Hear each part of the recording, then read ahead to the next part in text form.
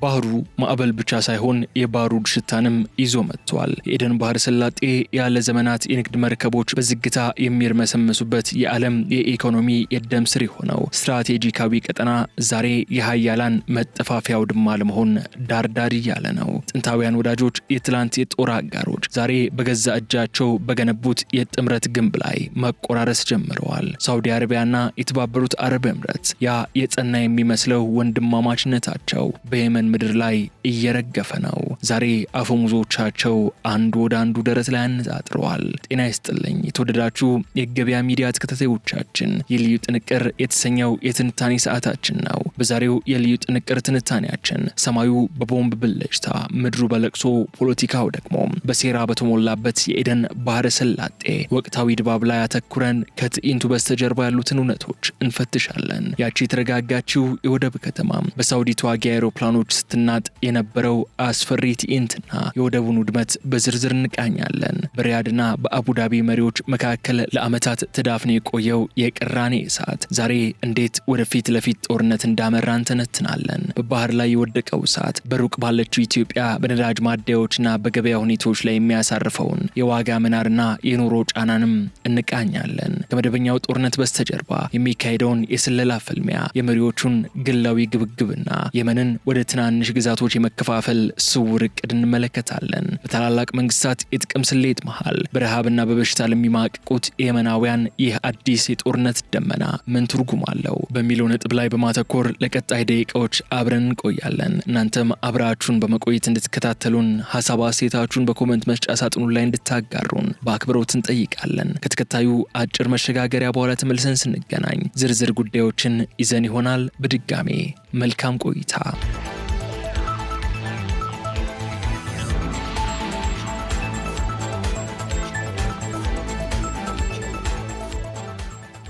የኤደን ባህረ ሰላጤ ዳግም በጦርነት ደመና እየተሸፈነ ነው። ለዓመታት ትከሻ ለትከሻ ተደጋግፈው በየመን ምድር ሲዋጉ የነበሩት ሳውዲ አረቢያና የተባበሩት አረብ ኤምሬት ዛሬ ባልተጠበቀ መልኩ ፊት ለፊት ተፋጠዋል። ትላንት ማክሰኞ ታህሳስ 21 ቀን 2018 ዓ.ም በኤደን ባህረ ሰላጤ ዳርቻ ላይ የሚገኘው የሙካላ ወደብ በከባድ የአየር ድብደባ ተናውጧል። እንደ አውሮፓውያኑ አቆጣጠር ዲሰምበር 30 ቀን 2025 ማለዳ ላይ የሳውዲ አረቢያ የጦር አይሮፕላኖች በሙካላ ወደብ ላይ የደረሱ ሁለት ግዙፍ ጭነት መርከቦችን ደብድበዋል። ሳውዲ አረቢያ ለዚህ ጥቃት የሰጠችው ምክንያት ግልጽ ነው። ከኤምሬትስ የተነሱና ህገወጥ የጦር መሳሪያዎችን የጫኑ መርከቦች ናቸው ስትል ትከሳለች። ነገር ግን ኤምሬትስ ይህንን ታስተባብላለች። ይሁን እንጂ ይህ ጥቃት በሁለት መርከቦች ላይ ብቻ ያነጣጠረ ሳይሆን በሁለቱ የባህረ ሰላጤው ሀያላን ሀገራት መካከል ለረጅም ጊዜ ተዳፍኖ የቆየው ቁርሾ መፈንዳቱን የሚያሳይ ምልክት ተደርጎ ተወስዷል። ውጥረቱ የጀመረው በተባበሩት አረብ ኤምሬትስ የሚደገፈው የደቡብ ሽግግር ምክር ቤት ኤስቲሲ የተባለው ታጣቂ ቡድን በሃድራማውንትና በማሃራ ግዛቶች የሚገኙ የነዳጅ ማውጫዎችን በቁጥጥሩ ስር ማድረጉን ተከትሎ ነው። ሳውዲ አረቢያ ይህንን እንቅስቃሴ የሉዓላዊነት ጥሰት ስትል የጠራችው ሲሆን የየመን ህጋዊ መንግስትም በኤምሬትስ ላይ ጠንከር ያለ እርምጃ እንዲወሰድ ወስኗል። በዚህም ትላንት ከሰዓት በወጣው አስቸኳይ ትዕዛዝ መሰረት የተባበሩት አረብ ኤምሬት ጦር በ24 ሰዓታት ውስጥ ከየመን ምድር እንዲወጣ ተጠይቋል። በደቡብ የመን ለ90 ቀናት የሚቆይ አስቸኳይ ጊዜ አዋጅም ታውጇል። እንዲሁም ሁሉም የአየርና የባህር ድንበሮች ለ72 ሰዓታት ዝግ እንዲሆኑ ተወስኗል። በዚህም ታዲያ የተባበሩት አረብ ኤምሬት በሰጠው ምላሽ ጦሩን ለማስወጣት ፈቃደኛ መሆኑን የገለጸ ቢሆንም እስካሁን ድረስ ያደረገው ተጨባጭ እንቅስቃሴ ለመኖሩ ግን ተዘግቧል። ይህ ግጭት በኤደን ባህረ ሰላጤ ላይ በሚያልፉ ዓለም አቀፍ የንግድ መርከቦች ላይ ምን አይነት ስጋት ይፈጥራል የሚለው ጉዳይ የብዙዎች ስጋት ሆኗል። ታዲያ የሳውዲና ኤምሬትስ ፍጥጫ ለሁቲ አማጽያን ምቹ ሁኔታን ሊፈጥርላቸው እንደሚችልም የፖለቲካ ተንታኞች እየገለጹ ይገኛሉ። አሁን ቀጥሎ ምን ይሆናል የሚለው ጥያቄም እያነሱ ይገኛል። ታዲያ እኛም እሱን ጥያቄ እንጠይቅ።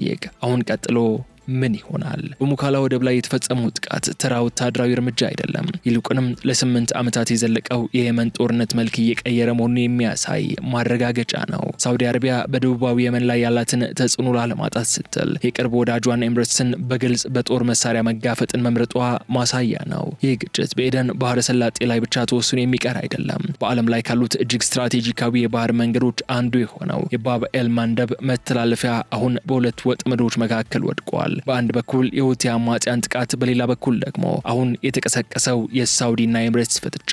የኢኮኖሚ ባለሙያዎች እንደሚጠቁሙት ከሆነ ይህ ውጥረት ከቀጠለ የዓለም የነዳጅ ዋጋ በከፍተኛ ሁኔታ ሊጨምር ይችላል። የኢንሹራንስ ዋጋ መናር የንግድ መርከቦች መንገዳቸው እንዲቀይሩም ሊያስገድዳቸው ይችላል። ብሎም በአፍሪካ ቀንድ በተለይም በጅቡቲና በኢትዮጵያ የወደብ ንግድ ላይ ቀጥተኛ ጫና ሊፈጥርንም ይችላል። ይህ በእንዲህ እንዳለ በሰሜን የመን የሚገኙት የሁቲ አማጽያን ሁኔታውን በንቃት እየተከታተሉ ይገኛሉ። የቀድሞ ተቃዋሚዎቻቸው እርስ በርስ መተላለቅ ለሁቲዎች ያልተጠበቀ ወርቃማ ድል ሊሆንላቸው እንደሚችልም ይገመታል። ጠላቶቻችን እርስ በርሳቸው እየተዳከሙ ነው የሚለው የሁቲዎች ስሌት በየመን ምድር ያለውን የኃይል ሚዛን ሙሉ በሙሉ ሊቀይረው ይችላል። ሆኖም ግን በኤደን ባህረ ሰላጤ ላይ የሚሰማው የጥይት ድምፅ የአረብ ገዢዎችን አንድነት የሚፈትን ሆኗል። የሳውዲ አልጋ ወራሽ መሐመድ ቢን ሰልማንና የተባበሩት አረብ ኤምሬትስ መሪ መሐመድ ቢን ዛይድ ወደ ጠረጴዛ ዙሪያ ንግግር ይመለሱ ወይንስ የየመንን ምድር ወደ ባሰ ትርምስ ሲከቷት ቀጥሎ ያሉት የሳምንቱ ቀናት የሚመልሱት ጉዳይ ሆኗል።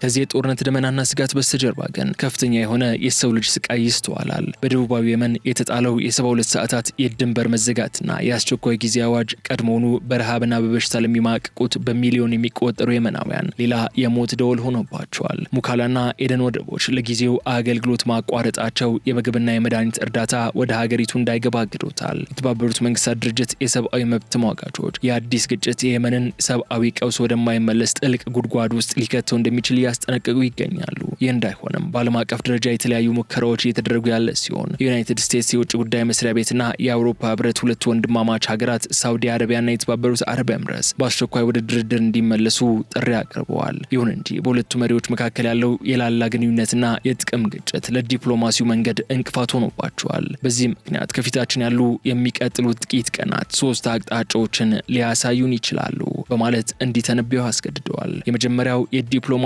ስኬት ነው። ሌሎች የአረብ ሀገራት ጣልቃ በመግባት ሳውዲና ኤምሬትስ ወደ እርቅ ማምጣት። ሁለተኛው በደቡብ የተፈጠረውን ክፍተት በመጠቀም ሁቲዎች ወደ ኤደን ባህረ ሰላጤ ያላቸውን ይዞታ ማስፋፋት ሲሆን፣ በሶስተኛ ደረጃ ላይ ደግሞ የተባበሩት አረብ ኤምሬትስ የሚደገፈው የደቡብ ሽግግር ምክር ቤት ኤስቲሲ የደቡብ የመን መንግስት መመስረቱን በይፋ ማወጅ ሊከሰት እንደሚችል ይጠበቃል። ወደ ሙካላ ወደብ ጠጋ ብለን ስንመለከት ደግሞ ድባቡ ጭልጭል ከሚል ተስፋ ይልቅ ጥቁር ጭስ የበዛበት ይሆናል። በወደቡ አቅራቢያ የሚኖሩ የመናውያን ትላንት ንጋቱን የተቀበሉት በሰላም ሳይሆን በከባድ የፍንዳታ ድምጽ ነው። አንዱ የአይን እማኝ ለጋዜጠኞች ሲናገር ሰማዩ በቀይ እሳት ተሸፍኖ ነበር፣ መርከቦቹ ሲቃጠሉ ከሩቅ ይታዩ ነበር ብለዋል። ይህ ግጭት በወደብ ሰራተኞችና በነጋዴዎች ላይ ከፍተኛ ድንጋጤን ፈጥሯል። ብዙዎች ኑሯቸው ከዚህ ወደብ ጋር የተቆራኘ በመሆኑ የሳውዲና የኤምሬትስ ፍጥጫ የዕለት ጉርሳቸውን እንዳያሳጣቸው ሰግቷል። እኛ የምንፈልገው ሰላም እንጂ ሌላ ጦርነት አይደለም የሚለው የየመናውያን ድምጽ አሁንም በባሩድ ጭስ ታፍኖ ቀጥሏል። የቀጠናው የፖለቲካ ተንታኞች እንደሚሉት የሳውዲ አረቢያ እርምጃ ቀይ መስመር የማስመር ያህል ነው። ሳውዲ አረቢያ በደቡብ የመን ላይ ያላትን የበላይነት ለማስከበር ማንኛውንም ዋጋ ለመክፈል መዘጋጀቷን ለዓለም አሳይታለች። በሌላ በኩል የተባበሩት አረብ ኤምሬትስ ለዓመታት የገነባችውን ስትራቴጂካዊ ይዞታ በቀላሉ ትተዋለች ተብሎ አይገመትም። በዚህም የጥምር ጦር መከፋፈል ለሁቲዎች ብቻ ሳይሆን እንደ አልቃይዳ ላሉ ቡድኖችም በደቡብ የመን ለመንቀሳቀስ ሰፊ በር ይከፍታል እየተባለ ነው። ከዚህ ባሻገር ግጭቱ ከወታደራዊ ግጥሚያ ባለፈ የነዳጅ ማውጫዎችንና የወደብ ቁጥጥርን የመቀማት የኢኮኖሚ ፍልሚያ ነው። በተጨማሪም የቀይ ባህር ደህንነት አስጊ ሁኔታ ላይ የሚጥል ነው። የዓለም ንግድ 12 በመቶ የሚሆነው በዚህ መስመር የሚያልፍ በመሆኑ ዓለም አቀፍ ኃይሎችን እንደ አሜሪካና ቻይና ያሉ ሀገራት ጣልቃ መግባታቸው አይቀሬ ስለመሆኑ ግምቶች እየወጡ ነው። የኤደን ባህረ ሰላጤ ቀውስ የአንድ ሀገር ጉዳይ ብቻ መሆኑ አብቅቷል። የሳውዲና ኤምሬትስ ፍጥጫ ውጤቱም ከሪያድ እስከ አቡዳቢ፣ ከኤደን እስከ አዲስ አበባ የፖለቲካና የኢኮኖሚ መልክ ሊቀይረው ይችላል። ጥያቄው ግን ይህ እሳት ሳይሰፋ በዲፕሎማሲ ይጠፋል ወይስ የቀጠናው ትልቁ ጦርነት መጀመሪያ ይሆናል የሚለው ነው። የኤደን ባህረ ሰላጤ የጥይት ድምጽ የሚሰማበት ቦታ ብቻ አይደለም፣ የዓለም ኢኮኖሚ የደም ስር የሚመታበት ስትራቴጂካዊ ቀጠና ጭምር ነው። ዛሬ በሳውዲና በኤምሬትስ መካከል የተቀሰቀሰው ፍጥጫ በዓለም የነዳጅ ገበያና በንግድ መርከቦች እንቅስቃሴ ላይ ከፍተኛ ድንጋጤን ፈጥሯል። በዛሬው የንግድ ውሎ በኤደን ባህረ ሰላጤ ላይ የተሰነዘረው ጥቃት ተከትሎ የዓለም የነዳጅ ዋጋ ጭማሪ አሳይቷል። የሳውዲ አረቢያና የተባበሩት አረብ ኤምሬትስ ፍጥጫ በቀጥታ በነዳጅ ምርትና ስርጭት ላይ ስጋት በመፍጠሩ የብሬንት ድፍድፍ ነዳጅ ዋጋ በአንድ ቀን ውስጥ ከፍተኛ የነጥብ ጭማሪን አስመዝግበዋል። ተንታኞች እንደሚሉት ግጭቱ ወደ ነዳጅ ማውጫ ስፍራዎች ከተስፋፋ ዓለም ከዚህ ቀደም አይታው የማታውቀው የነዳጅ እጥረት ሊያጋጥማት ይችላል ብለው ይሰጋሉ። በሌላ በኩል በኤደን ባህረ ሰላጤና በባብ ኤል መንደብ የሚያልፉ የንግድ መርከቦች የኢንሹራንስ ዋጋ ወይንም ዋር ሪስክ ፕሪሚየም በአንድ ጀንበር በጥፍ ጨምሯል። ብዙ የጭነት መርከቦች መንገዳቸውን በመቀየር በአፍሪካ ጫፍ በኩል ኬፕ ኦፍ ጉድ ሆፕ ለመጓዝ ሊገደዱ ይችላሉ። ይህ ማለት ደግሞ የትራንስፖርት ጊዜ በ2 ሳምንታት ይረዝማል። የጭነት ዋጋም እጅግ ይንራል። ይህም በቀጥታ በፍጆታ እቃዎች ዋጋ ላይ ጭማሪ ያመጣል ማለት ነው። ይህ የኢኮኖሚ አውሎ ንፋስ ለአፍሪካ ቀንድ ሀገራት በተለይም እንደ ኢትዮጵያ ላሉ ወደብ አልባ ሀገራት ትልቅ ፈተና ነው። ከውጭ የሚገቡ ምርቶች ዋጋ መናር እንዲሁም የነዳጅ አቅርቦት መስተጓጎል የኑሮ ውድነቱ ሊያባብሰው ይችላል። የጅቡቲ ወደብ እንቅስቃሴም በጸጥታ ስጋት ምክንያት ሊቀንስ እንደሚችል ይገመታል። ባጭሩ በኤደን ባህረ ሰላጤ ላይ የወደቀው ቦምብ ድምፁ የሚሰማው የመን ውስጥ ቢሆንም ንዝረቱ ግን በዓለም ዙሪያ በሚገኙ የገበያ ማዕከላትና በእያንዳንዱ ሰው የኪስ ቦርሳ ላይ እያረፈ ነው። ሰላም ካልወረደ የኢኮኖሚው ቀውስ ከጦርነቱ በላይ አስከፊ ሊሆን ይችላል።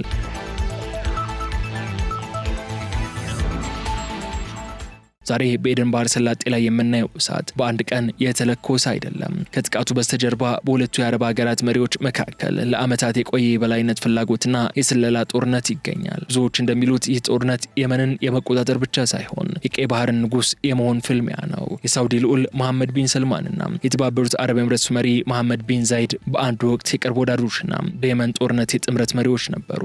ይሁን እንጂ ባለፉት 2 ዓመታት በመካከላቸው ያለው ግንኙነት በከፍተኛ ሁኔታ ቀዝቅዟል። ሳውዲ አረቢያ ኤምሬትስ በየመን ደቡባዊ የባህር ዳርቻዎች ላይ ያላትን ወታደራዊ ይዞታና የወደብ ቁጥጥር እንደ ራስን መቻል ሳይሆን እንደ ወረራ ማየት ጀምራለች። ከዲፕሎማቲክ ምንጮች የተገኙ መረጃዎች እንደሚያመላክቱት ሳውዲ አረቢያ በሙካላ ወደብ ላይ ጥቃት ከመሰንዘሯ በፊት በኤምሬትስ የሚደገፉ ታጣቂዎች የራስ ገዛ አስተዳደር ለማወጅ ሚስጥራዊ ዝግጅት እያደረጉ እንደሆነ የስለላ መረጃ ደርሷታል። ይህ እርምጃ የሳውዲን ስትራቴጂካዊ ፍላጎት ገደል የሚከት በመሆኑ ሪያድ ከቃላት ይልቅ በቦምብ መናገርን መምረጧ ምንጮች እየገለጹ ይገኛሉ። ታሪክ ራሱን እየደገመ ነው። ደቡብ የመን ቀደም ሲል የነጻ ሀገርነት ታሪክ ያላት መሆኑ አሁንም የኤምሬትስ ድጋፍ የታከለበት የመገንጠል ፍላጎት እንዲቀሰቀስ ምክንያት ሆኗል። ይህ ደግሞ የመንን ወደ 2 ብቻ ሳይሆን ወደ 3 እና 4 ጥቃቅን ግዛቶች የመከፋፈል አደጋ አለው። ሳውዲ አረቢያ የምትፈራውም ይህንን ነው። በደቡብ ድንበሯ ላይ የተበታተነችና በሌላ ኃይል የምትመራ የመንን ማየት አትፈልግም። ስለዚህ የኤደን ባህረ ሰላጤ ቀውስ የወደብ ጉዳይ ብቻ አይደለም፣ የክልላዊ ክብርና የረዥም ጊዜ ስትራቴጂካዊ የበላይነት ጉዳይም ነው። የጥይት ድምፁ ቢቆም እንኳ በሪያድና በአቡዳቢ መሪዎች መካከል ያለው የጥርጣሬ ግንብ ግን በቀላሉ የሚፈርስ አይመስልም።